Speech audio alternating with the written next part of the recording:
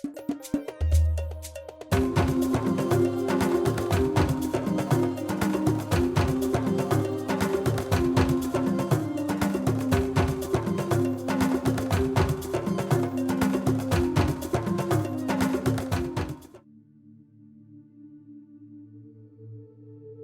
voudrais vous inviter à vous abonner à cette page et à recruter d'autres gens qui vont s'abonner. Pour quelle raison? Parce que c'est une chaîne qui est consacrée à la dézombification du peuple noir.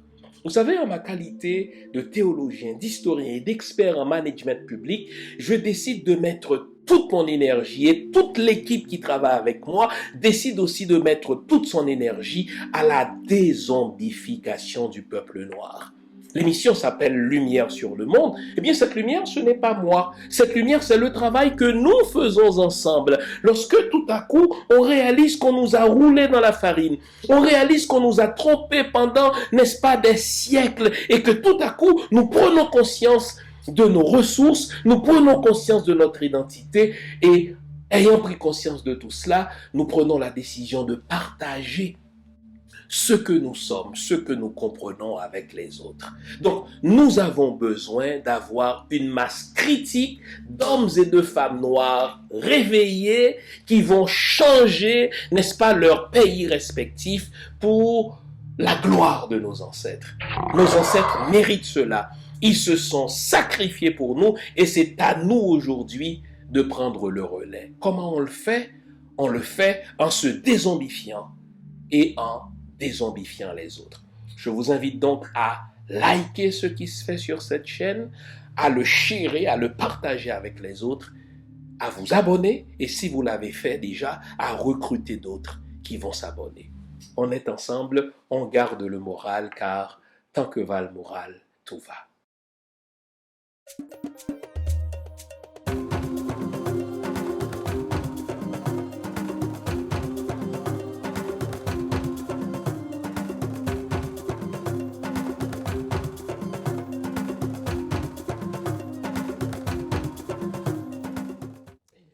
Bonjour le monde, bonjour mesdames, bonjour messieurs, bienvenue à cette autre édition de l'émission Lumière sur le monde. Comment allez-vous? J'espère que vous avez passé une bonne semaine, j'espère aussi que vous allez nous accorder la prochaine heure, tandis que nous allons analyser l'actualité politico-haïtienne, mais aussi l'actualité sociopolitique du monde noir. Tenez. Le métier que nous exercions nous commande de suivre ce qui se fait, ce qui se produit, ce qui s'offre sur les médias sociaux. Or, voilà que deux événements m'imposent de vous parler d'immigration cette semaine. Le premier événement, c'est Donald Trump qui, tout dernièrement, cela remonte quand même à quelques jours, a dit d'un pays africain: votre pays pue. Bon. Donald Trump n'en est pas à sa première insulte sur les immigrants. Il avait déjà traité Haïti et d'autres pays noirs de trous de merde. Et là, comme si cela ne suffisait pas, après, bien entendu, qu'il a qualifié les Haïtiens de mangeurs de chiens, de mangeurs de chats. Et là, il y est allé d'une autre insulte en lançant tout bonnement cette fameuse injure, à savoir que votre pays pue. Bon. Vous l'aurez remarqué, Donald Trump a fait du sujet de l'immigration un cheval de bataille. Il a besoin de ce sujet-là pour nourrir sa base. Il a besoin de ce sujet-là comme de la viande rouge pour lancer à sa meute d'électeurs et d'électrices quelque chose de saignant. Or, Donald Trump est empêtré dans cette nouvelle saga d'Epstein, vous savez, cet homme d'affaires qui exposait la débauche des gens riches, qui exposait la débauche des gens puissants, que ce soit en politique ou en affaires. Or, voilà que depuis que le ministère de la Justice publie au compte-gouttes, je dois dire, n'est-ce pas, les dossiers Epstein, eh bien, Donald Trump sent que la pression monte, il sent qu'on va exposer au grand jour ses mensonges, lui qui disait n'avoir eu de relations que superficielles avec Epstein. Et donc, dans ce contexte-là, Donald Trump aura besoin de faire ce qu'on appelle dans le métier du news splitting. Il aura besoin d'attirer l'attention sur autre chose. Il aura besoin de casser la nouvelle qui semble être concentrée sur les dossiers Epstein pour qu'on parle d'autre chose. Bon. Or, le sujet de l'immigration en est toujours un qui rapporte aux politiciens. Vous vous souvenez, Donald Trump n'avait qu'à dire que les immigrants apportent la drogue chez nous, qu'ils violent nos femmes, qu'ils nous assassinent, qu'ils volent nos jobs pour que son taux d'approbation monte. Or, lui qui regarde, n'est-ce pas, les sondages qui sont publiés presque au quotidien, il réalise que beaucoup de ses promesses ne sont pas tenues et que même au sein de sa base, n'est-ce pas, MAGA, eh bien, son taux de popularité commence à baisser. Donc, Donald Trump va faire, n'est-ce pas, ce que tous les politiciens véreux font, c'est-à-dire il va créer des événements en inventant au passage, n'est-ce pas, des injures pour qualifier les immigrants. Et donc, c'est dans ce contexte-là que mon attention fut attirée sur une courte vidéo produite par l'intelligence artificielle, courte vidéo dans laquelle on imagine une scène, ma foi, possible, même si elle est improbable, dans laquelle tous les immigrants laissent les terres d'accueil. La vidéo semble être tournée quelque part en France, mais essayons de l'appliquer au contexte du Canada, essayons de l'appliquer au contexte américain et voyons ce qui pourrait arriver si tous les immigrants, encore faut-il qu'on définisse qui est immigré et qui ne l'est pas, car selon qu'on remonte à 50 ans, à 60 ans, à 100 ans, à 150 ans, à 200 ans, à 300 ans, on risque de réaliser que finalement, nous sommes tous des immigrants puisque nous sommes tous partis de l'Afrique mère. Bon, gardons les pieds sur terre, essayons tout simplement d'imaginer que les récents immigrants laissent les terres d'accueil. Voyons ce qui pourrait arriver à ces fameuses terres d'accueil. Donc, je vais vous parler d'immigration, pas pour m'en plaindre, pas seulement pour vous citer des chiffres, ce que je ferai, mais je vais vous en parler d'immigration pour soutenir le grand bien que cela pourrait faire à Haïti si Donald Trump mettait à exécution sa menace. Commençons par cette courte vidéo. On observera la pause par la suite et au retour de la dite pause, je vous présenterai un bref portrait de l'émigration haïtienne à travers le temps. Et vous verrez que l'Haïtien, dans son ADN, n'est pas quelqu'un qui aime laisser sa terre. Ce n'est pas quelqu'un qui aime laisser son pays. Cela lui a été imposé et ce goût pour le pays des autres n'est qu'un épiphénomène qui a été créé de mains étrangères au cours de ces dernières années. Mais un retour massif des Haïtiens vers Haïti, c'est la chose la plus providentielle qui pourrait nous arriver. On s'arrête ici le temps d'étudier, c'est le verbe que je veux utiliser, cette vidéo. Prenez le temps de la regarder, de méditer là-dessus, et je reviendrai dans un premier temps avec ma propre appréciation, mes propres commentaires de la dite vidéo, ce qui nous permettra de plonger dans le vif du sujet.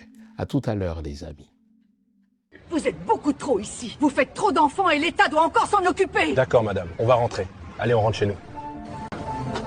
Désolé, les pensions ne passent plus, madame. Il n'y a plus assez de jeunes pour travailler et soutenir le système.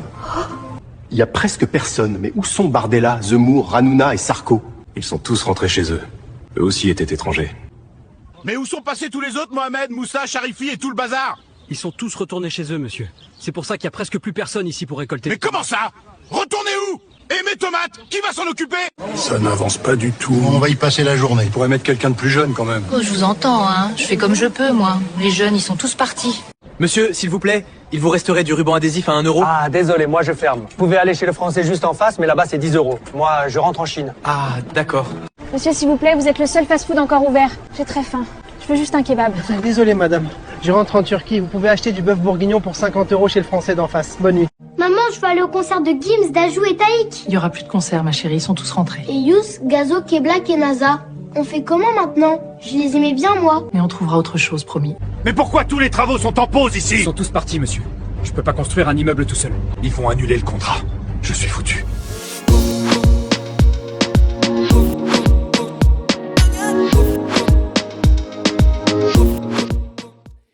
Eh bien voilà, j'espère que vous avez étudié, c'est-à-dire suivi avec application, la vidéo que je viens de vous soumettre.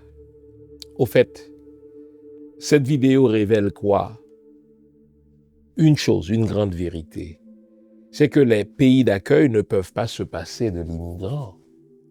En sorte que l'immigrant est plus utile au pays d'accueil que le pays d'accueil n'est utile à l'immigrant. Et c'est une profonde vérité, ça. Puisque charité bien ordonnée commence par soi-même, j'essaie d'imaginer ce que serait le système de santé québécois sans l'apport massif des infirmières haïtiennes, des préposées haïtiennes, des auxiliaires infirmières haïtiennes et surtout des médecins haïtiens. Vous savez, je vous avais promis de parler de chiffres. Vous savez qu'il y a beaucoup plus de médecins haïtiens au Canada qu'il y en a en Haïti. Et devinez, où sont formés ces médecins haïtiens? Je vous le donne en mille, en Haïti. J'essaie de m'imaginer comment le Québec pourrait se targuer d'être aujourd'hui un État universitaire avec beaucoup d'institutions universitaires n'était la contribution des professeurs haïtiens dans les années 50, lors de la fameuse Révolution tranquille du Québec. J'essaie d'imaginer ce que serait le système de santé américain n'était la contribution des médecins haïtiens qui représentent 13% des médecins noirs aux États-Unis. Là, je vous donne seulement quelques exemples en termes de contribution professionnelle, mais essayons d'imaginer ce que serait, exemple, le Québec sans le patrimoine immatériel des Haïtiens. Et là, je parle de notre patrimoine culturel. Essayons seulement d'imaginer, c'est là où ça va faire mal. Ce que seraient les sociétés occidentales n'était l'apport démographique des immigrants. Vous savez pourquoi le Canada est obligé d'ouvrir ses frontières aux immigrants? Mais c'est parce que le Canada est un pays sous-peuplé. C'est le deuxième plus grand pays de la Terre, après la Russie, mais c'est un pays dont la population est inférieure à la population de l'État de New York, imaginez. Et cela veut dire plusieurs choses. Cela veut dire que l'armée canadienne est insuffisante numériquement. Cela veut dire, et c'est l'autre point qu'il faut souligner, si la population des sociétés occidentales est vieillissante, cela veut dire que dans les prochaines années, il n'y aura pas suffisamment de travailleurs pour supporter les charges de l'État, car l'État n'invente pas l'argent. Les services que l'État offre, il peut se permettre de les offrir parce qu'il y a une main-d'œuvre jeune qui fournit du travail, qui permet à l'État d'offrir des services à sa population. Or, imaginez ce qui va se passer dans les prochaines années. Maintenant qu'on sait que démographiquement, les sociétés occidentales sont vieillissantes. Il faut de la main-d'œuvre pour permettre à la machine de l'État de tourner de manière à payer les pensions de ceux qui ont déjà travaillé, mais qui aujourd'hui ne sont plus sur le marché du travail. Donc, d'un point de vue démographique, les sociétés occidentales ont besoin des immigrants. Exemple, vous savez, au Québec, eh bien, on fait 1,1 d'enfants par couple. On ne fait même pas 2 enfants par couple. Vous savez qui enfante? Mais c'est les Arabes. Vous savez qui enfante? Les Africains, donc les immigrants. Donc c'est un bluff, c'est un grand bluff que d'imaginer que les sociétés d'accueil pourraient se passer de nous, les immigrants. Les sociétés d'accueil ont besoin de notre compétence, elles ont besoin de la main-d'œuvre qualifiée et non qualifiée. Elles ont besoin de nos enfants car ce sont des gens qui n'enfantent pas. Or, nous avons la bénédiction d'être féconds. Mais je vous réservais le meilleur pour la fin. Imaginez ce que les sociétés d'accueil deviendraient si tous les immigrants videraient leur compte bancaire, si tous les immigrants se débarrassaient d'une partie de leurs biens acquis en terre étrangère et les transféraient, ces biens-là, dans leur pays d'accueil. Imaginez, si tous les Haïtiens, qu'on évalue peut-être à 2 ou 3 millions en terre étrangère, demandaient un transfert d'une partie de leur patrimoine matériel vers Haïti. On a déjà évalué les biens des Haïtiens en Amérique du Nord à plus de 100 milliards de dollars.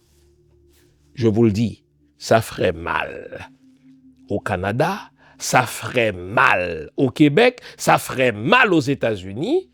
Et si par impossible, on s'entendait pour faire le grand retour, le retour massif vers le pays natal, ce sont ces pays d'accueil-là qui feraient tout pour nous empêcher de quitter.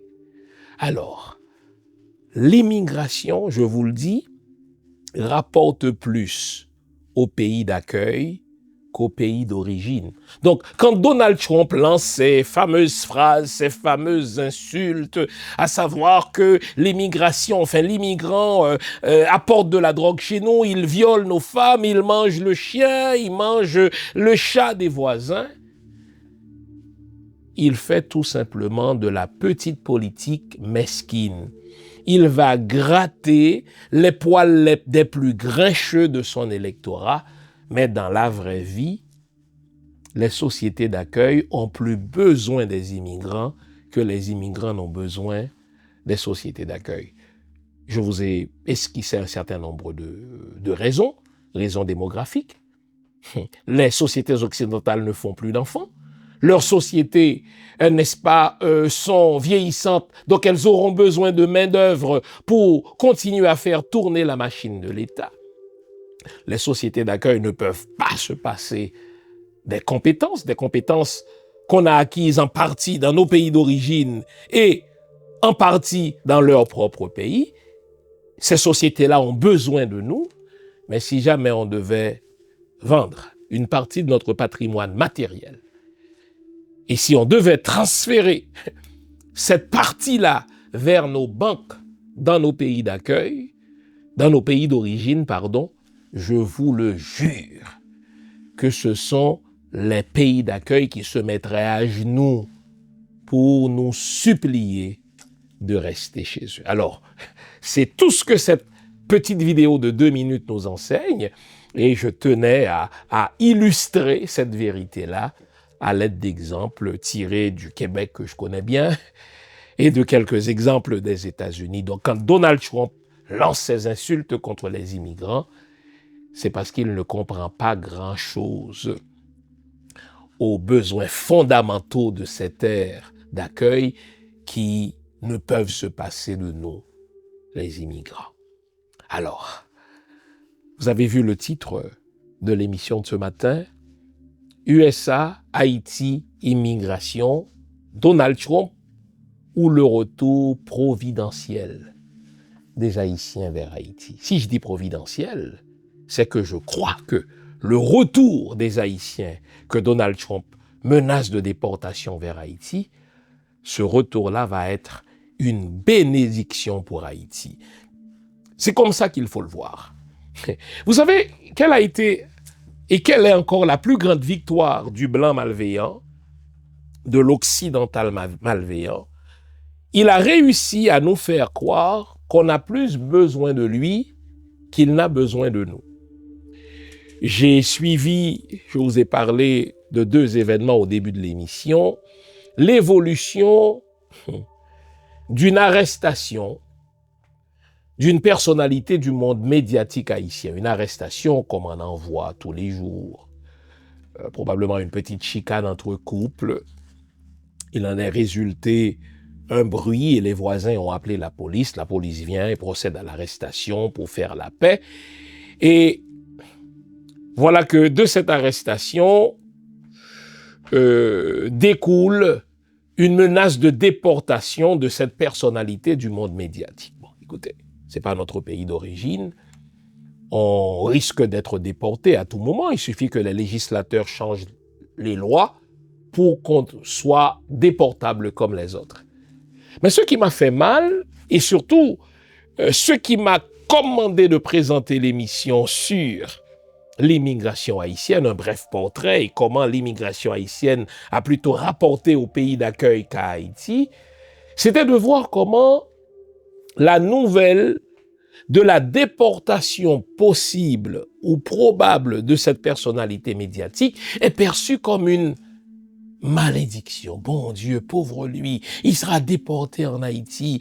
Qu'est-ce qu'il va advenir de lui? Bon Dieu, c'est comme si tout à coup, ne plus pouvoir mettre le pied aux États-Unis devient la malédiction suprême.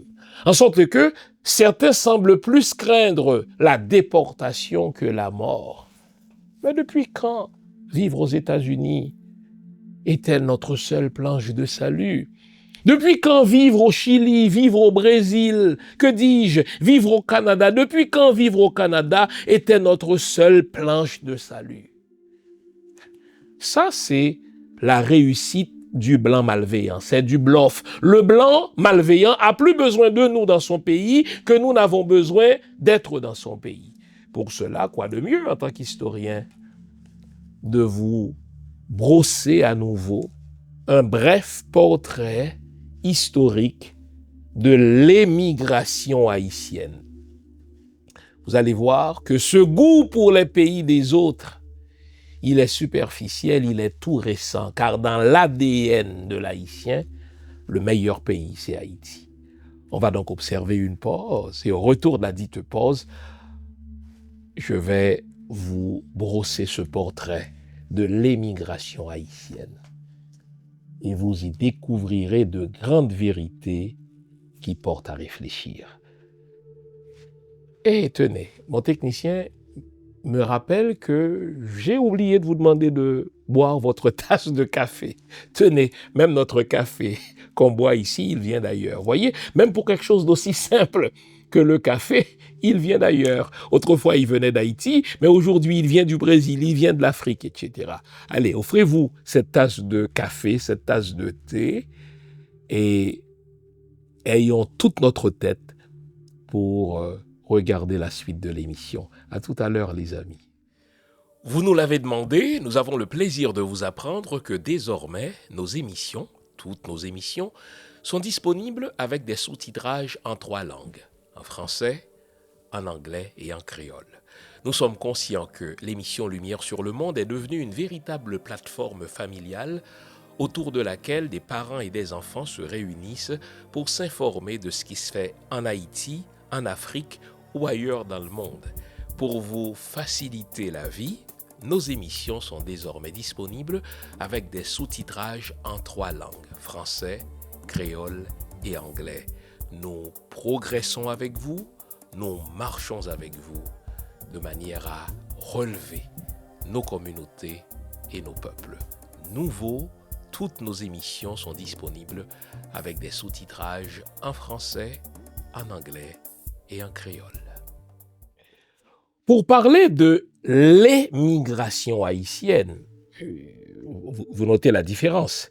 L'émigration, c'est le fait de sortir. Hein?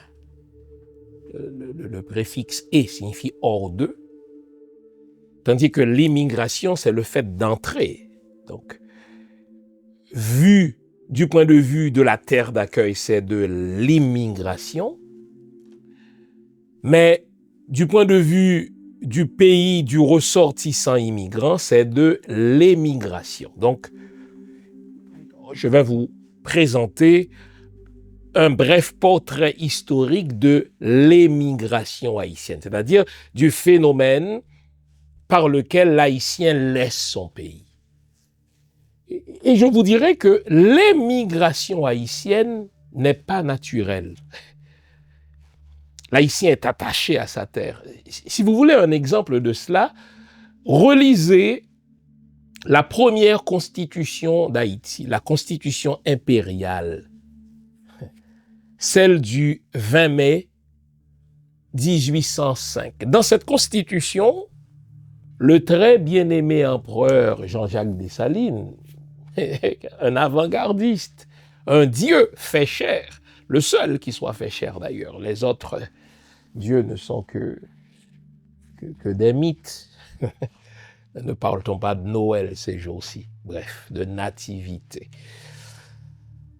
Allez savoir quand.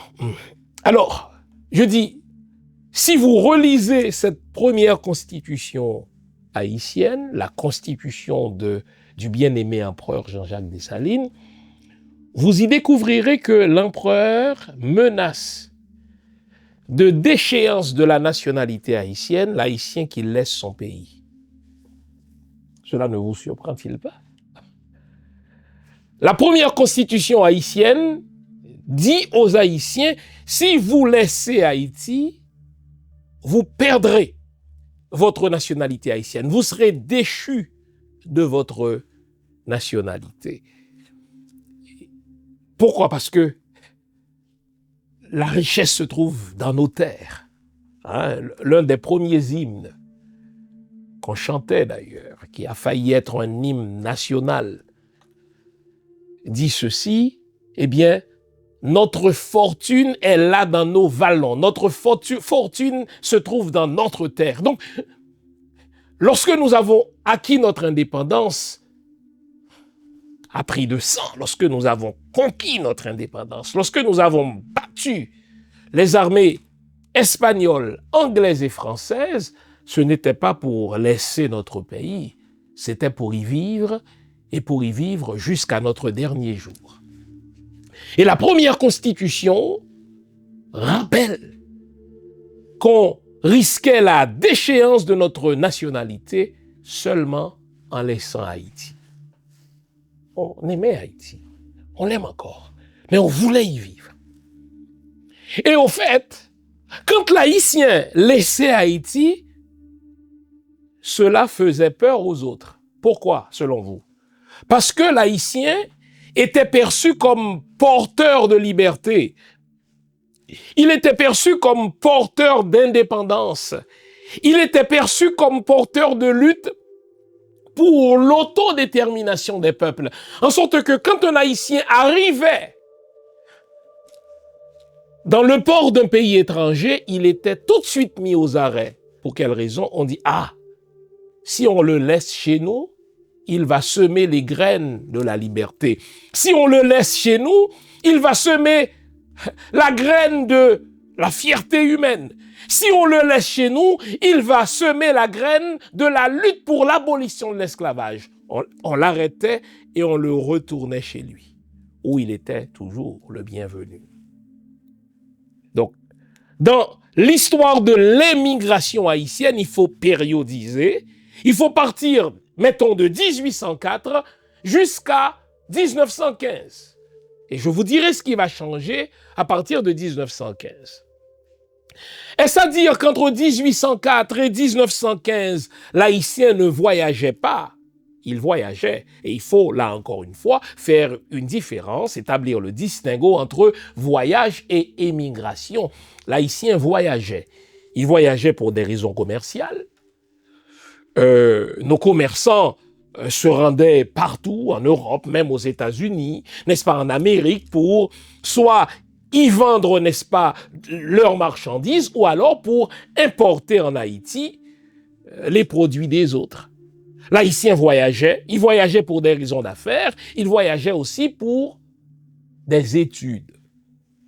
C'est ainsi, j'aime à rappeler, vous avez sûrement vu le film Titanic. Dans le film Titanic, on nous présente l'acteur principal, Leonardo DiCaprio, pour ne pas le nommer, mais notez qu'il est blanc. Eh bien, il se serait rendu, n'est-ce pas, en France, enfin en Europe, et de l'Europe, il a pris le Titanic pour revenir en Amérique, mais le personnage principal de cette histoire, c'est un noir. Le personnage principal de cette histoire, c'est un Haïtien. Le personnage principal de cette histoire, c'est un Capois de ma ville natale du nom de Joseph Laroche.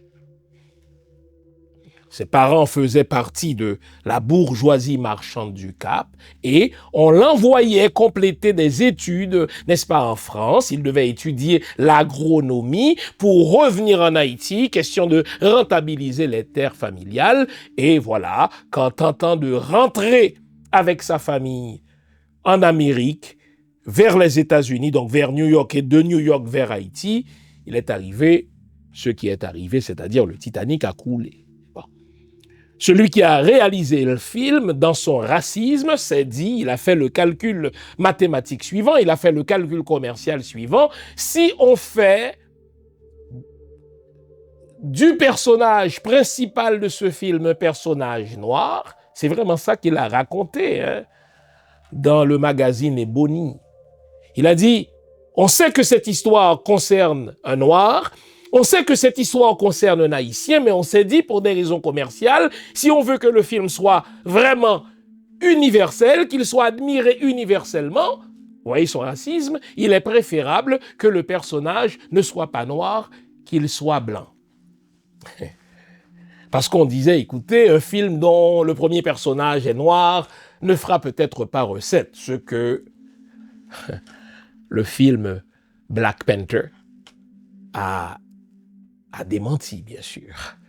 Le film Black Panther a fait, ma foi, des recettes inespérées et inédites au box-office, ce qui fait démentir, justement, le racisme de ce réalisateur blanc. Et ce qu'on a fait de Joseph Laroche dans le Titanic, c'est seulement une illustration de ce qu'on a fait à d'autres Noirs qui ont inventé, qui ont créé, qui ont contribué au développement des peuples occidentaux. Mais à chaque fois, qu'est-ce qu'on va faire? On va javeliser le personnage, on va en faire des Blancs comme si les succès ne peuvent provenir que des Blancs. Mais restons-en à l'histoire de l'émigration. Alors je disais, entre 1804 et 1915, l'Haïtien voyageait pour étudier, il voyageait pour affaires, mais il revenait chez lui. Il revenait chez lui. Et vous savez qui va casser ça? Les Américains. Les Américains vont arriver chez nous en 1915. Ils vont vouloir contrôler la population, ils vont vouloir contrôler notre système éducatif. Ils vont vouloir casser la résistance anti-américaine haïtienne, et c'est une résistance qui demeure. J'aime bien le dire à Donald Trump, il faut lui dire. L'Haïtien va aux États-Unis parce que les États-Unis ont contribué à déstabiliser son pays, mais l'Haïtien est fondamentalement anti-américain. En sorte que quand l'ambassadeur américain se permet de s'ingérer dans nos affaires personnelles, dans nos affaires souveraines, il goûte une fois de plus, une fois encore, à notre anti-américanisme. On vit chez vous parce qu'on est obligé de vivre chez vous, parce que vous avez contribué à déstabiliser notre pays.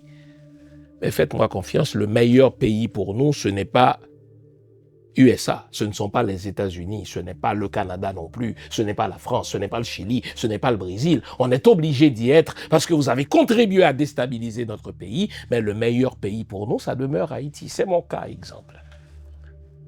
Alors, à partir de 1915, les Yankees, avec leurs grosses bottes, c'est des gens qui arrivaient du sud des États-Unis, donc racistes de par leur culture, ils se disaient, la seule façon pour nous de contrôler ce pays-là, c'est de commencer par disperser sa population qui refuse de laisser ce territoire. Comme par hasard, en République dominicaine, donc la République voisine, il y avait des champs de canne à sucre qui appartenaient à des intérêts américains, car les industries sucrières dominicaines, tout comme les industries sucrières cubaines, appartenaient alors aux Américains. Dans le cas de la République dominicaine, ça appartient encore en grande partie aux Américains. Et les Américains, je vais peser mon mot, vont forcer les paysans haïtiens à quitter Haïti pour aller couper la canne à sucre en République dominicaine et à Cuba. En sorte que dans l'histoire de l'émigration haïtienne, le premier jalon qu'il nous faut poser, la première périodisation, part de 1915 à 1928. Qu'est-ce qui va se passer en 1928? Je vais vous le dire. Alors, de 1915 à 1928, les Américains battaient les paysans haïtiens. Ils expoliaient, n'est-ce pas, leurs terres pour les forcer à laisser Haïti vers Saint-Domingue et vers Cuba. Et c'est ainsi donc que de 1915 jusqu'à 1928, les Américains nous imposaient l'émigration. En 1928, vous le savez, il y a eu la crise du sucre.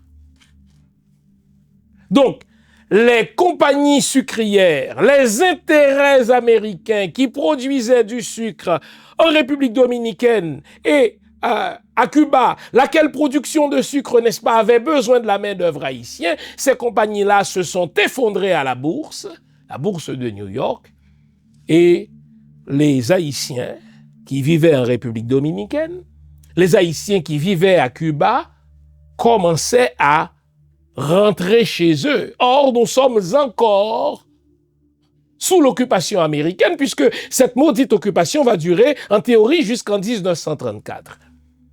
Et le département d'État s'est posé la question, mais qu'est-ce qu'il faut faire de ces Haïtiens, de cette main-d'œuvre haïtienne qui nous a été tellement utile en République dominicaine, qui nous a été tellement utile à Cuba. Et là, le département d'État, et je le dis, c'est écrit dans les notes du département d'État, si vous vous intéressez à l'histoire de l'émigration haïtienne, le département d'État s'est dit, il nous faut désormais, je cite textuellement le département d'État, transformer la population haïtienne en une main-d'œuvre taillable et corvéable pour tous les pays de la région, pour tous les pays d'alentour.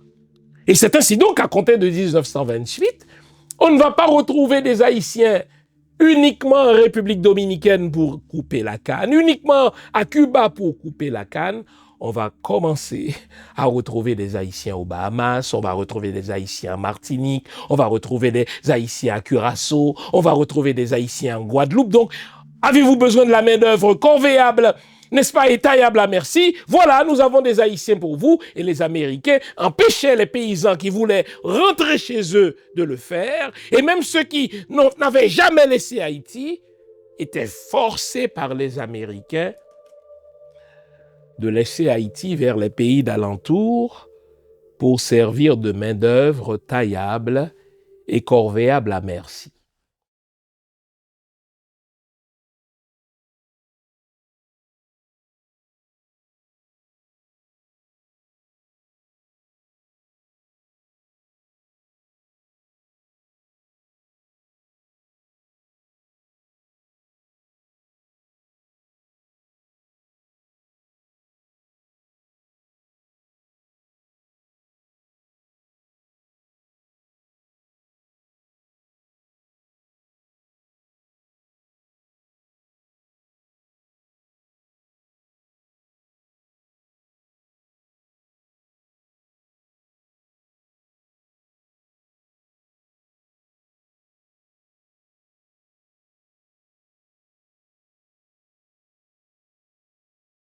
Merci. Avant 1915, l'Haïtien voyageait pour affaires et pour des études, mais n'émigrait pas. De 1915 à 1928, émigration forcée par les Américains, parce qu'on avait besoin de main-d'œuvre en République dominicaine et à Cuba. Et ça va durer de 1928 à 1934. Les Américains sont partis en 1934 et le phénomène de l'émigration va être apaisé. Bien sûr que l'État haïtien, il faut dire la vérité, de 1928 à 1960 va entrer dans cette émigration forcée, puisque l'État haïtien, il faut dire toute la vérité, va signer un contrat avec la République dominicaine pour y envoyer des travailleurs, suivez mon regard, pour y couper de la canne à sucre. Et l'argent qu'on donnait à l'État haïtien devait aider à compenser auprès des familles de ces travailleurs leur départ. Mais les Haïtiens n'ont jamais vu la couleur de cet argent, puisque c'était resté dans les coffres des divers présidents haïtiens. On parle de Magloire, entre autres, et on parle bien sûr des Duvalier. Il faut dire toute la vérité. On continue à périodiser. En 1960, dans les années 60 plutôt, fin des années 50, début des années 60, on va connaître un autre type d'émigration haïtienne. Si de 1915 à 1934, c'était une émigration forcée, une émigration de main-d'œuvre non qualifiée, eh bien, à compter des années 60, il faut parler d'une émigration politique. Pourquoi? Parce que François Duvalier percevait chez les professionnels haïtiens un bastion d'opposants. Pas professionnel, on entend des avocats. Pas professionnel, on entend des professeurs. Pas professionnel, on entend des médecins. Pas professionnel, n'est-ce pas, on entendait des cadres. Et notez bien, comment cette volonté des Américains de faire des Haïtiens une main-d'œuvre pour tous les pays d'alentour va évoluer vers le continent mère. Si vous connaissez votre histoire générale, vous saurez que les années 50, 1950, 1955, début des années 60, ces années-là sont marquées par un phénomène qu'on appelle pompeusement la décolonisation de l'Afrique.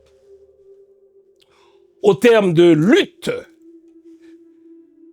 sanglante de la part de nos frères africains pour forcer les Français, pour forcer les Belges, pour forcer les Allemands, pour forcer les Anglais à laisser l'Afrique, eh bien, ces colonisateurs qui ne peuvent pas se passer de nous vont imaginer quelque chose qu'on va appeler la décolonisation. La France, la Belgique, le Royaume-Uni, l'Allemagne ont décidé abruptement de laisser l'Afrique, mais non sans menacer les populations de vide. Les Français, les Belges, exemple, ont dit, écoutez, nous allons laisser le Congo, nous allons laisser le Zaïre, mais nous allons laisser avec nos cadres. Donc vous n'aurez personne pour vous former dans vos écoles, vous n'aurez personne pour vous aider à construire vos infrastructures. Et d'un jour à l'autre, les Belges, les Français ont laissé le Zaïre, ont laissé le Congo, etc. Et l'ONU qui venait d'être créée en 1945, n'est-ce pas? Après la seconde grande guerre tribale entre les Européens, avait besoin, cette fois-ci, de main-d'œuvre qualifiée pour aller former nos frères africains. On avait besoin de cadres qualifiés pour lancer les infrastructures et gérer les infrastructures dans ces pays qui ont été abruptement délaissés par les Français, les Belges, les Anglais, les Allemands, pour ne citer qu'eux. Et devinez où les Nations Unies sont allées chercher cette main-d'œuvre qualifiée. Je vous le donne en mille, en Haïti. Et on nous dit, l'histoire nous dit que tous les jours, deux grands cargos n'est-ce pas, qui appartenait aux Nations Unies, atterrissait sur le tarmac de l'aéroport haïtien et repartait rempli avec des professeurs, des avocats, des médecins vers les rives africaines parce que l'Afrique venait d'être décolonisée et elle avait besoin de cadres haïtiens. Quelle ne fut ma fierté lors de mon dernier voyage en Afrique, mais mon premier en Afrique de l'Ouest, de rencontrer, exemple, le ministre de la Culture du Togo, qui m'a dit, écoutez, moi, monsieur, mes meilleurs professeurs étaient des Haïtiens. Le ministre des Finances m'a dit la même chose. J'ai rencontré quelqu'un qui a fait le voyage depuis la Côte d'Ivoire pour venir assister, n'est-ce pas, à ce 9e congrès et qui fut tellement heureux de me dire, écoutez, moi, mes professeurs sont des Haïtiens. Il y en a même qui m'ont dit, écoutez, moi, mes parents sont Haïtiens. Ils sont arrivés, n'est-ce pas, en Afrique à la fin des années 50. Ils ont construit une famille et moi-même, je suis le fils d'un couple haïtien. Donc, voyez, exactement ce que les Américains avaient voulu faire de nous, une main-d'œuvre, n'est-ce pas, pour tous les pays, sauf pour Haïti, cela s'est poursuivi dans les années 60, ce qui correspond ou qui coïncide avec la décolonisation de l'Afrique. Donc, dans les années 60, on va avoir plutôt une émigration politique. Ceux qui étaient formés étaient perçus comme des ennemis de Duvalier. Donc, Duvalier les laissait partir avec la complicité de la communauté malveillante internationale. On se rendait en Afrique pour aider, tant mieux, nos frères africains. Et dans cette périodisation de l'émigration haïtienne, il faut parler des années 80. Qu'est-ce qui va se passer dans les années 80? Eh bien, on va découvrir tout à coup la peste porcine africaine. Une maladie qui ravageait le cheptel porcin et pour protéger, encore une fois, le cheptel américain, le département d'État, toujours le département d'État, se servant, n'est-ce pas, du département de l'agriculture, faisait obligation à Haïti de se séparer, de se débarrasser du cheptel porcin paysan. L'économie paysanne haïtienne dans les années 80 reposait en grande partie sur le cheptel porcin. Grâce à ces cochons, hein, vous savez, c'est pour des raisons de marketing qu'on a changé le mot cochon en porc. Parce qu'on dit que cochon faisait malpropre. Si on continue à vendre de la viande de cochon, les gens hésiteront à manger, alors appelons ça porc. Et là, ça se vend mieux. Hein? Ces spécialistes du marketing nous prennent tous pour des imbéciles. Et donc, à partir des années 80, à la faveur de cette peste porcine africaine, eh bien, les États-Unis d'Amérique vont faire pression sur le gouvernement haïtien de Jean-Claude Duvalier pour forcer les paysans haïtiens à se débarrasser de leur cheptel porcin. Si vous êtes haïtien, vous savez. Et si vous ne le savez pas, sachez qu'aujourd'hui, jusque dans les années 80, le paysan vivait en toute autarcie. Tout ce dont il avait besoin pour vivre, tout ce dont il avait besoin pour élever sa famille se trouvait dans sa cour arrière. Il avait tout ce dont il avait besoin pour se nourrir et grâce à son cheptel porcin, donc ses cochons, il pouvait envoyer ses enfants à l'école en ville. Quand le moment était venu pour sa première fille de se marier, il n'avait qu'à vendre 2 ou 3 cochons et il avait suffisamment d'argent pour procéder aux dépenses du mariage. Et quand l'enfant devait poursuivre des études, soit à Port-au-Prince ou en terre étrangère, il n'avait qu'à vendre 3 ou 4 cochons et il avait suffisamment d'argent pour faire tourner sa famille. Donc, le paysan haïtien vivait en autarcie. Mais aussi longtemps qu'on vivait en autarcie alimentaire, on n'achetait pas le foutu riz américain. Aussi longtemps qu'on vivait en autarcie alimentaire, on n'achetait pas les viandes importées, les poules pourries de la République dominicaine.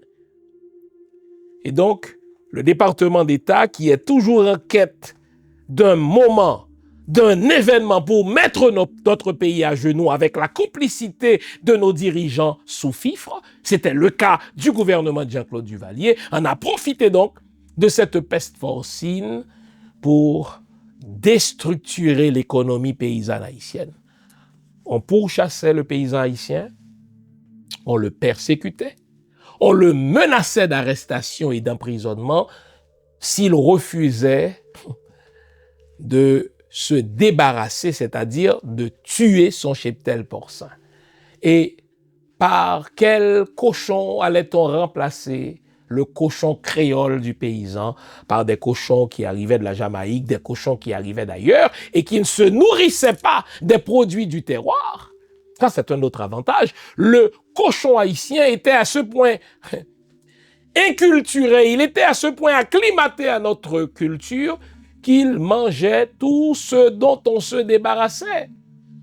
Or voilà que, après l'avoir tué, ce cochon créole, nous avons dû importer les cochons des autres et qui avaient besoin de nourriture spéciale, qui coûtait extrêmement cher. Le paysan haïtien n'avait pas les moyens d'acheter cette nourriture spéciale pour les cochons des autres.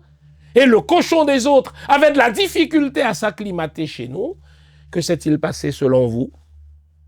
Le paysan a commencé à laisser la campagne haïtienne pour aller vivre à Port-au-Prince. Et donc, la surpopulation haïtienne va commencer avec ce phénomène-là. Et réalisant qu'il n'y avait pas moyen de vivre à Port-au-Prince, les paysans haïtiens vont commencer à prendre des petits bateaux de fortune pour se rendre aux Bahamas, pour se rendre à Miami. Ainsi va naître le phénomène des boat people.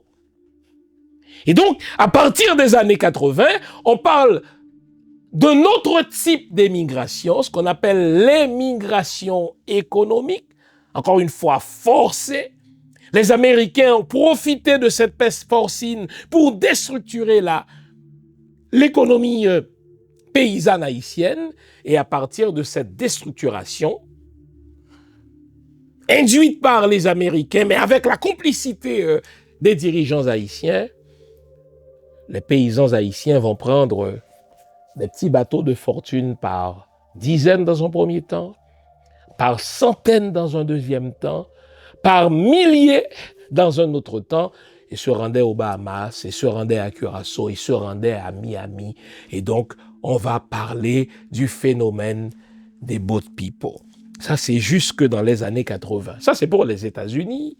C'est pour les pays des Antilles. Entre-temps, le Canada va ajuster ses politiques d'immigration maintenant. À la fin des années 70, un certain Pierre Elliott Trudeau va faire adopter en Chambre ce qu'on appelle, n'est-ce pas, la politique de la réunification familiale du Canada. Entre-temps, les Haïtiens qui sont allés, les cadres haïtiens qui sont allés en Afrique, qui sont allés en Europe pour étudier, cherchaient à venir en Amérique. Et le Canada les a accueillis. À la fin des années 70, début des années 80, il fallait ajuster la politique officielle de l'immigration canadienne de manière à permettre à ces immigrants-là d'accueillir leurs familles. Et c'est ainsi donc que, à compter des années 80, fin des années 70, début des années 80, on va donc assister à un autre type du phénomène d'émigration haïtienne qu'on va appeler l'émigration familiale. Les gens qui ont quitté dans les années 60, qui ont quitté dans les années 70, ont désormais besoin de faire entrer leur famille et des femmes avec des enfants vont laisser Haïti. Donc vous notez à chaque fois, l'Haïtien ne quitte pas de par lui-même. Il y a toujours des push factors, pour reprendre la formule de notre ami le docteur Lucien Prophète, qui l'oblige à quitter, et presque au même moment, les pays d'accueil ajustent leur politique d'immigration par des pull factors pour faire en sorte que cette main-d'œuvre, qualifiée ou non, mais cette contribution démographique leur soit profitable. Nous sommes dans les années 80. À partir des années 90, on va assister à une autre forme d'émigration en ce qui concerne Haïti. On verra en quoi elle consiste. Arrêtons-nous ici. À tout à l'heure, les amis.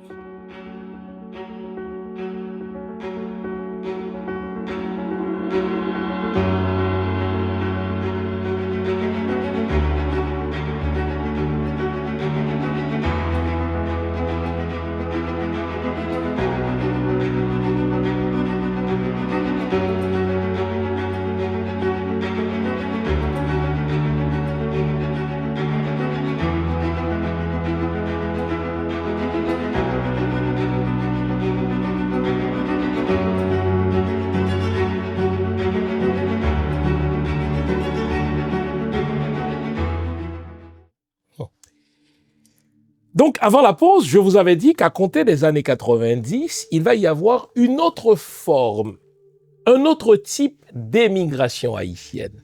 Tenez, si je dis un certain Jean-Bertrand Aristide, ça vous dit quelque chose? Tenez, bien sûr. Au grand désarroi, aux grandes dames des Américains et de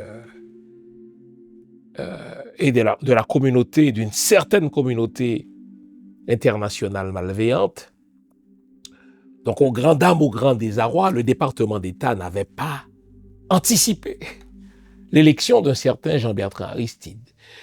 Prêtre populaire, mais extrêmement populaire, probablement le président le plus populaire de toute l'histoire d'Haïti. Vous aimerez ou n'aimerez pas l'homme, mais il faut lui donner cela. Un homme au discours marxisant, un homme au discours gauchisant, la théologie de la libération battait son plein dans les années 70-80, etc. Et Jean-Bertrand Aristide en est le porte-parole. Moi, je me souviens, je suis en train en ce moment-là, fin des années 80, de terminer mes études secondaires. Et à chaque fois que Jean-Bertrand Aristide prêchait depuis sa paroisse Saint-Jean-de-Bosco à Port-au-Prince, eh bien, c'est Haïti qui résonnait. Et une fois, enfin, il est revenu en alma mater, il est revenu au collège Notre-Dame où j'étudiais alors. L'homme est venu présenter une conférence de presse et le temps pour lui de présenter cette conférence de presse, bon Dieu, c'est toute l'armée d'Haïti qui débarquait pour chasser les étudiants parce qu'on craignait l'homme. Plus on le craignait, plus populaire il était devenu. Et contrairement aux prévisions du département d'État, Jean-Bertrand Aristide est élu président d'Haïti. Bon. Avec la complicité, que dis-je, sur la commande américaine, les militaires haïtiens vont renverser Jean-Bertrand Aristide. Je parle de Raoul Cédras, je parle de... comment il s'appelle l'autre salopard là, Michel, le dealer de drogue. Mais avec la complicité de la classe d'affaires, les Bidjo, les Aped, toujours les mêmes saloperies, Jean-Bertrand Aristide sera chassé dans un premier temps du pouvoir. Et il est chassé du pays, mais ses partisans, qui étaient nombreux, que disent majoritaires, n'en démordaient pas. Ils résistaient par toutes sortes de façons. Ils utilisaient les techniques les plus ingénieuses que les autres pour forcer le retour de Jean-Bertrand Aristide. Entre-temps, on est sous le gouvernement de George Bush père et l'État américain va donner instruction à l'armée haïtienne de mater dans le sang la résistance haïtienne en vue du retour de Jean-Bertrand Aristide. Donc, cette répression-là va forcer un bon nombre d'Haïtiens à laisser Haïti vers Bahamas, vers Martinique, vers Guadeloupe et surtout vers la Floride. Donc, on va assister dans les années 90 à un retour de ce qu'on appelle l'émigration politique, ce qui n'est pas sans vous rappeler l'émigration des années, ma foi, 60 sous Duvalier, quand les cadres, les professionnels laissaient Haïti vers l'Afrique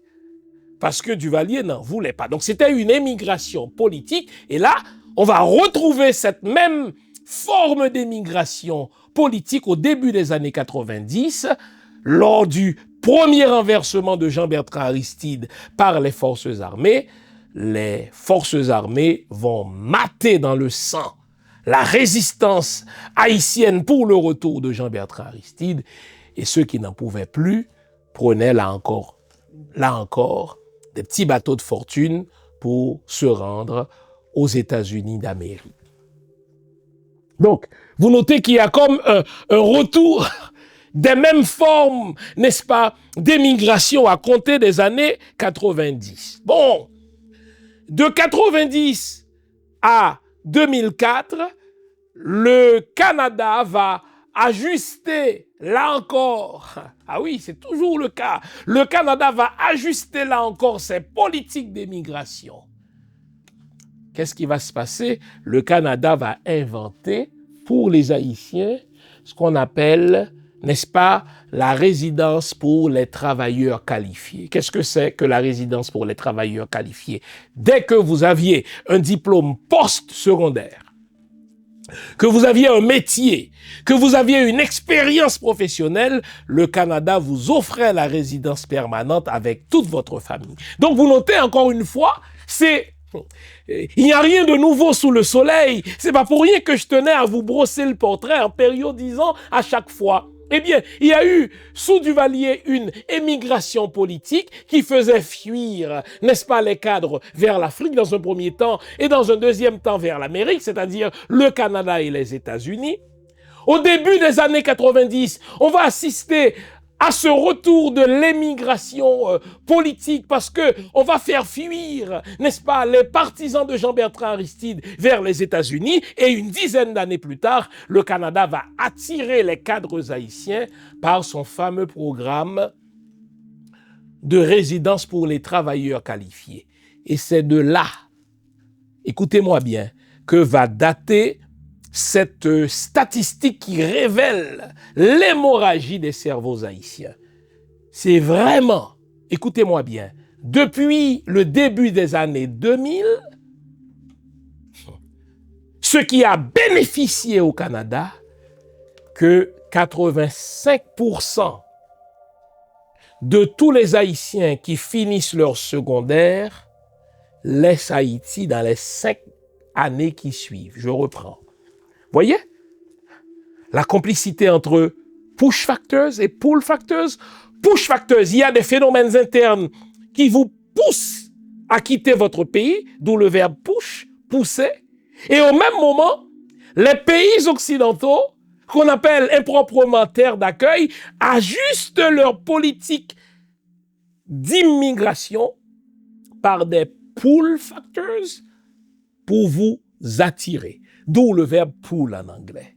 Donc, au même moment où les partisans de Jean-Bertrand Aristide laissaient Haïti forcés par la répression de l'armée, n'est-ce pas, haïtienne, le Canada va retoucher sa politique d'immigration pour inventer ce qu'on appelle la résidence permanente pour les travailleurs qualifiés. Et donc, à compter des années 2000, 85% des Haïtiens qui font des études post-secondaires, c'est-à-dire qui finissent leur bac 2, donc ce qu'on appelait autrefois la philo, et qui fréquentent l'université, qui vont à l'INAGUE, qui vont à la faculté des sciences, qui vont étudier le nursing, 85% d'entre eux vont laisser Haïti dans les 5 années qui suivent leur diplomation pour venir où, selon vous?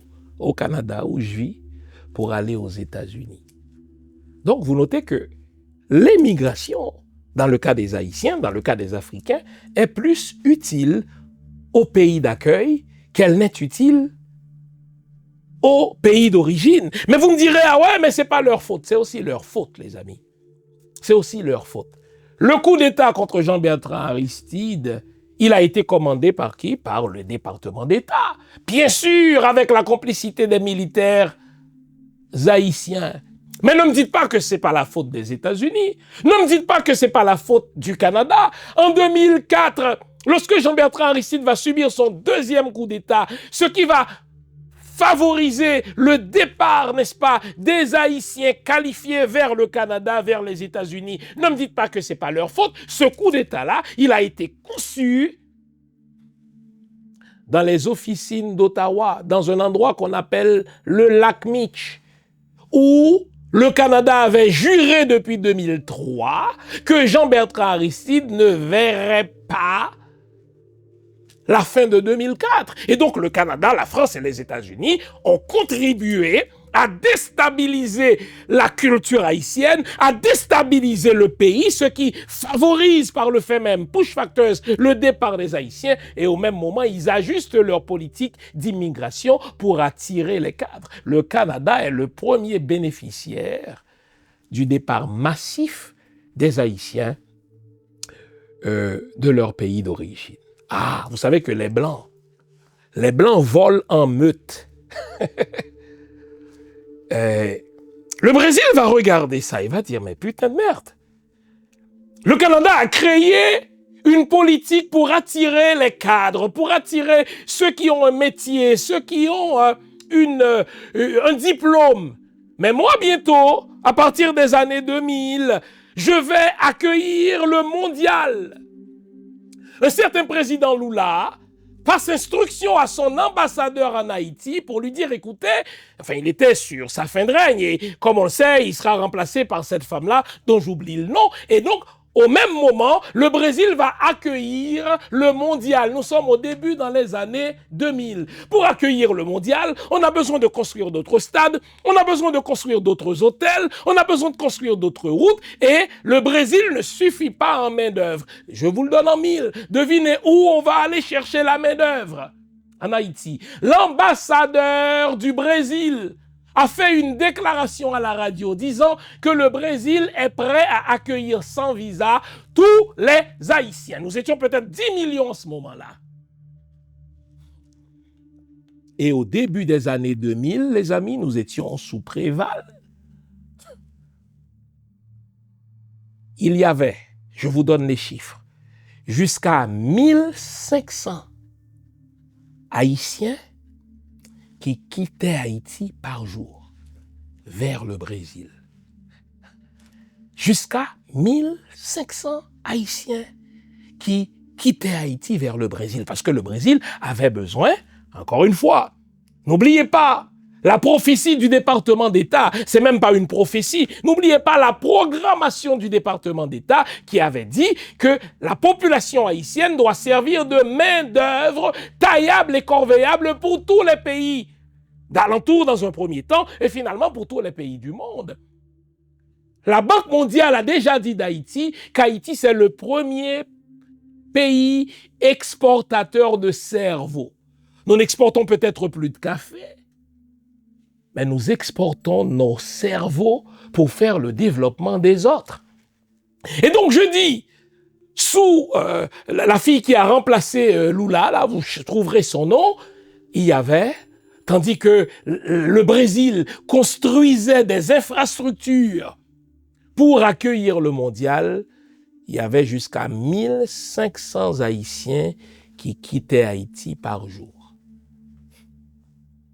Alors là, vous demandez à qui ça sert, mais ça ne sert pas à Haïti, ça sert au Brésil. Lorsque le Brésil a pu bénéficier de cette main-d'œuvre, mais qu'il n'en avait plus besoin parce que, bon, on est entré en récession par la suite, le taux de chômage a commencé à grimper, eh bien, les Brésiliens ont commencé à voir dans les Haïtiens des boucs émissaires. Puisque je vous ai dit que les Blancs volent en meute, quel autre pays va doubler le Brésil et va le coiffer au poteau? Le Chili. Le Chili va faire exactement la même déclaration. Le Chili va faire exactement la même offre que le Brésil. Je suis prêt à accueillir autant d'Haïtiens qu'il y en a et sans visa. Et donc, on va assister à une mutation de la main-d'œuvre non qualifiée des Haïtiens vers le Brésil, vers la main-d'œuvre non qualifiée des Haïtiens vers le Chili. Nous sommes dans les années 2000, juste avant le tremblement de terre. Le tremblement de terre nous a frappé en 2010. on a perdu l'équivalent d'un demi-million de nos compatriotes. Mais cette catastrophe humaine représente une main-d'œuvre pour les pays étrangers. Qu'est-ce que vous pensez que le Canada va faire? Bien sûr, le Canada va imaginer une immigration humanitaire. Suivez mon regard. Le Québec de Jean Charest est tellement touché par nos souffrances, je n'en disconviens pas, qu'il va nous voler nos cerveaux. Le Québec va retoucher sa politique d'immigration pour permettre donc aux Haïtiens de faire venir leurs oncles, leurs tantes, leurs cousins, leurs cousines, leurs chiens, leurs chats, leurs poules, tout ce que vous voulez.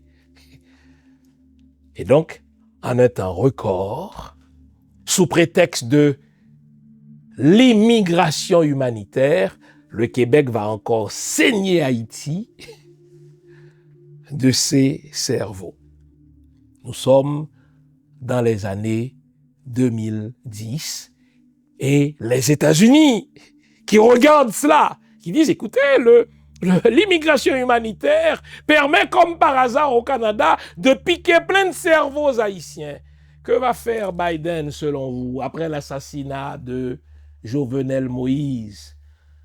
Biden voyait bien que les Haïtiens commençaient à être mécontents de la gestion du PHTK, de la gestion du pays par le PHTK. Qui dit PHTK dit qui? Bill Clinton. Qui dit Bill Clinton dit qui? Le département d'État. Bill Clinton continuait de contrôler le département d'État, même sous Biden, avec Anthony Blinken. Qu'est-ce qui va se passer selon vous, les amis?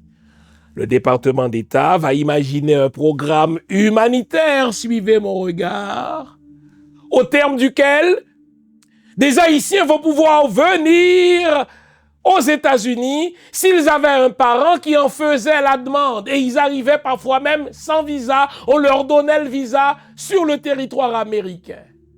Mais, si vous pensez qu'il n'y avait rien que l'économie en jeu, détrompez-vous, c'était surtout de la politique. L'ambassade américaine y est allée de cette menace. Si vous voulez voyager grâce au programme Biden, vous ne devez pas participer aux manifestations antigouvernementales d'Ariel, car si on a vos photos comme étant un résistant, comme étant un opposant à Ariel, vous ne pourrez pas bénéficier du programme Biden.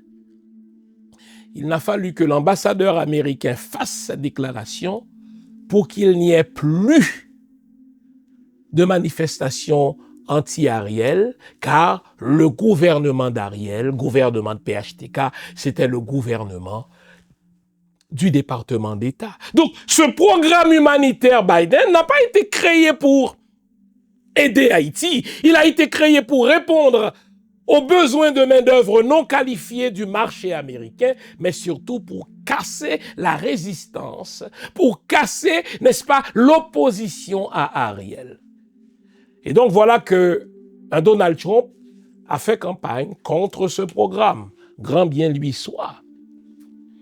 Je regrette que des familles haïtiennes qui se sont créées entre-temps aux États-Unis doivent être déportées vers Haïti. Je le regrette pour chaque individu qui est affecté par cela. Mais globalement, les amis, et c'est à cela que je voulais vous amener, ça va aider Haïti, je vous le dis. Au fait, Donald Trump, malgré sa méchanceté, malgré sa xénophobie, malgré son racisme, malgré son anti-haïtianisme primaire que je réprouve de toutes mes forces, Donald Trump travaille pour Haïti. Il s'en rend même pas compte, l'imbécile. Pourquoi? En chassant des milliers d'Haïtiens qui savent désormais comment fonctionne un pays, qui ont désormais goûté à ce qu'on appelle l'autonomie financière, car ils ont divorcé d'avec l'habitude de l'envoi-moi. Vous savez, quand l'Haïtien est en Haïti, il attend à chaque mois qu'on lui envoie le premier de chaque mois un 20$, un 30$. Là, désormais, il a son fric. Il a travaillé. Il sait comment devrait fonctionner un pays. Lorsqu'il va retourner en Haïti, je vous donne ma main à couper. il va obliger les politiciens haïtiens à changer de mode de gouvernance. Il va refuser de voter pour les mêmes foutus politiciens haïtiens qui nous ont foutus dans ce trou de merde, pour reprendre la formule de Donald Trump. Ils n'accepteront plus de vivre, n'est-ce pas, dans le blackout 24/24, alors que des verbes de ce monde gagnent, n'est-ce pas, des millions de dollars par mois pour fournir l'électricité. Ils vont arriver avec un pécule, ils vont arriver avec leur économie. Donc, ils vont réinjecter cet argent-là dans l'économie haïtienne et vont exiger que l'État offre des services. Mais pire, ou mieux pour nous, ces gens-là qui vont être déportés en Haïti vont trouver des endroits pour vivre. Ils vont devoir trouver des endroits pour vivre. Donc, le plan des Américains, le plan traditionnel des Américains de chasser Haïti d'Haïti va être arrêté par l'anti-haïtianisme de certains Donald Trump, car plutôt que de faciliter désormais le départ des Haïtiens d'Haïti, il va faciliter le retour des Haïtiens vers Haïti. Et je vous ai dit 3 fois déjà plutôt qu'une, que les Blancs font tout en meute. Vous voyez ce que Trump est en train de faire aux Haïtiens aux États-Unis, le Canada va le faire aussi. Ah oui, il se copie toujours. Les Français vont le faire aussi, en pensant qu'ils nous font mal. La meilleure des choses qui puisse arriver à Haïti, c'est le retour massif des Haïtiens vers Haïti. C'est avec le cerveau qu'on fait le développement. Je vous ai dit que par la faute du Canada et la complicité des politiciens haïtiens, depuis les années 2000, le début des années 2000, 85% des Haïtiens qui font des études postsecondaires laissent Haïti dans les 5 prochaines années. À qui cela profite-t-il? Aux Canadiens, aux Américains. Alors, les déportés de Donald Trump, vous serez la planche de salut d'Haïti. Et pour nous, qui sommes encore en terre étrangère, nous devons vous remercier, car vous allez retourner avec votre argent, vous allez retourner avec un certain savoir-faire, vous allez retourner avec un savoir-être, et vous allez être exigeant vis-à-vis des politiciens véreux, et vous allez dire, puisque nous n'avons pas de pays de rechange, puisque nous n'avons plus de pays d'accueil, ce pays-là d'Haïti doit fonctionner. La nécessaire révolution de la population haïtienne, la nécessaire révolution d'Haïti, le nécessaire soulèvement des Haïtiens va commencer avec la déportation des Haïtiens des États-Unis vers Haïti. Le Chili voudra probablement suivre l'exemple de Donald Trump. Le Brésil va vouloir suivre l'exemple de Donald Trump. Le Canada, après quelques hésitations, va vouloir suivre l'exemple aussi de Donald Trump. Ce qu'un blanc fait, les autres le font, je vous le dis. Ils volent en meute. Ils font de l'injustice en meute. Et ce qu'ils pensent être une malédiction va être finalement une bénédiction pour Haïti. Savez-vous pourquoi? C'est avec le cerveau qu'on fait le développement. Les Blancs font toujours ça. Ils ont déstabilisé la Syrie au motif que c'était la population syrienne qui se soulevait contre Bachar al-Assad. L'Allemagne a volé 1 million de Syriens. 1 million d'ingénieurs, 1 million de médecins, 1 million de Syriens qui faisaient partie de la classe moyenne et qui sont pour la plupart des universitaires. À terme, à qui ce million de Syriens va-t-il profiter? À la Syrie ou à l'Allemagne? C'est exactement ce que les États-Unis ont fait. Quand Donald Trump chasse les immigrants, c'est parce qu'il ne connaît pas l'histoire. Si les États-Unis sont aujourd'hui une puissance en technologie, c'est entre autres grâce aux Allemands. Vous le savez ça? Les États-Unis ne se seraient jamais rendus sur la Lune si tant est qu'ils s'y soient rendus. Les États-Unis n'auraient jamais eu la bombe atomique avant tout le monde, n'était la contribution de ceux que les Allemands ont chassés. Quand vous dites Einstein, quand vous dites, n'est-ce pas, quand vous parlez de ces scientifiques qui ont aidé les États-Unis à créer la bombe atomique, ils viennent tous de l'Allemagne. C'est l'immigration qui fait le développement. des Américains. Et les Américains ne se seraient jamais rendus sur la Lune s'ils n'avaient accueilli des nazis, des ingénieurs nazis qui travaillaient pour Hitler, qui ont donc assassiné des Juifs et à qui les Américains ont donné une petite sentence bonbon de 6 mois, de 4 mois et qui ont rapidement travaillé pour la NASA pour donner aux Américains une avance technologique. Voyez-vous, l'immigration rapporte toujours plus au pays d'accueil qu'au pays d'origine. Alors, fasse le ciel que Donald Trump nous chasse, fasse le ciel que Mark Carney nous chasse, fasse le ciel que Emmanuel Macron nous chasse, vivement le retour providentiel vers Haïti, car c'est avec des cerveaux qu'on fait le développement, et maintenant que nos cerveaux se trouvent à l'extérieur, fasse le ciel qu'un gouvernement raciste comme celui de Trump provoque le retour massif des Haïtiens pour développer Haïti. Vive Haïti, les amis, vive le peuple haïtien. J'espère vous avoir été utile. Gardons le moral, car tant que va le moral, tout va. Perdre un visa, ce n'est pas perdre la vie. Retournez dans votre pays, faites-le avec dignité et commencez ce développement. Commencez cette nécessaire évolution. Haïti sera, qu'on le veuille ou non, le phare des nations, ce qui correspond à sa vocation. Bonne semaine, les amis. À la semaine prochaine. Au revoir.